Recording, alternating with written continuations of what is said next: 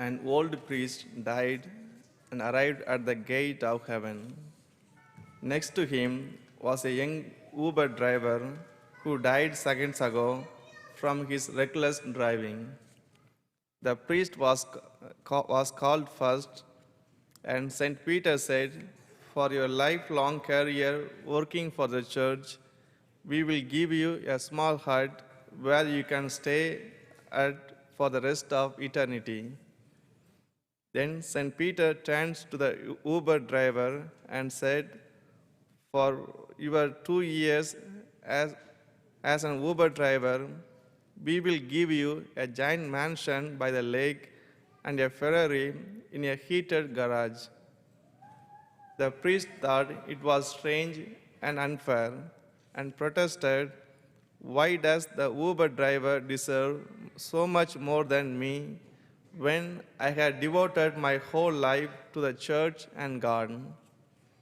So, St. Peter explained, "You see, during your homily, half of the audience was sleeping and the other half was just looking at their phones.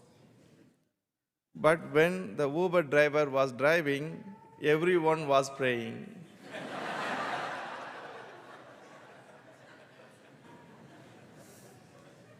Dear friends in Jesus Christ, when we are struggling with an experience of loss, we need the support of others who are going through this experience with us. People who are going through a similar grieving experience can give great strength to each other. That is what we find happening in today's gospel. Two grieving disciples walk along, talking together about all that had happened in Jerusalem. The one whom they had been following and in whom they have put so much hope had been crucified by the Romans. They were in the throes of deep grief. As the gospel says, their faces were downcast. These two disciples were not alone in their grief. They were supporting each other. As they walked along together, they were telling each other the story of what happened in recent days. Those who have been through an experience of loss know how therapeutic it can to tell the story of the last days of a loved one. Having told the story to each other, the two disciples told it to the stranger who joined them on the road. The story they told was a true story, but it was not the whole story. This was a story about a great prophet who said and did wonderful things, who had been unjustly put to death, and whose body had gone missing from the tomb.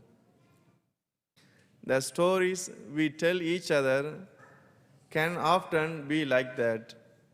They reveal a certain insight into what has happened, but very often a limited insight. We can make the mistake of thinking that how we talk about something. In reality, if the event in question is a complex and significant one, especially if it is somewhat mysterious, there are many stories that could be told about it. Our story, the way we talk about it or write about it, is only one way of putting it. If we become too attached to our way of telling the story, we can become blind to other ways of seeing and of understanding what happened in our lives. This can happen all too easily as we know it. What is important is that we allow the particular story that we tell to be filled out and to be enriched by the very different story about the same events that people who are strangers to us have to tell. That is the one way of understanding what is happening on the road to Emmaus.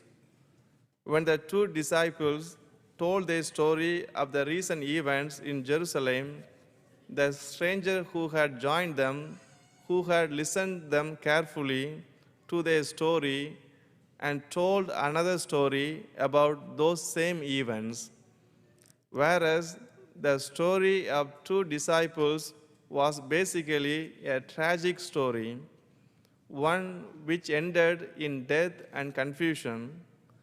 The stranger told a very different story, one that contained the story of the two disciples but brought it much further. The stranger's story ended not in death but in glory. Was it not ordained, he asked, that Christ should suffer and so enter into his glory? As the stranger told his story, something happened within the disciples. In other words, their hearts began to burn within them. They began to see that there are more to what happened than they had realized. This stranger was giving them a whole new understanding of what they had come to see, an awful tragedy. They wanted more. They asked him to stay, and over a table they recognized him in the breaking of the bread. Then their eyes were opened, and the sad journey away from Jerusalem became a joyful journey back to the city. The story of the stranger can have a lot to say to us. We need to listen to the strangers in our midst. In today's gospel, the stranger is the risen Lord. The risen Lord's stories continues to speak powerfully to us every day.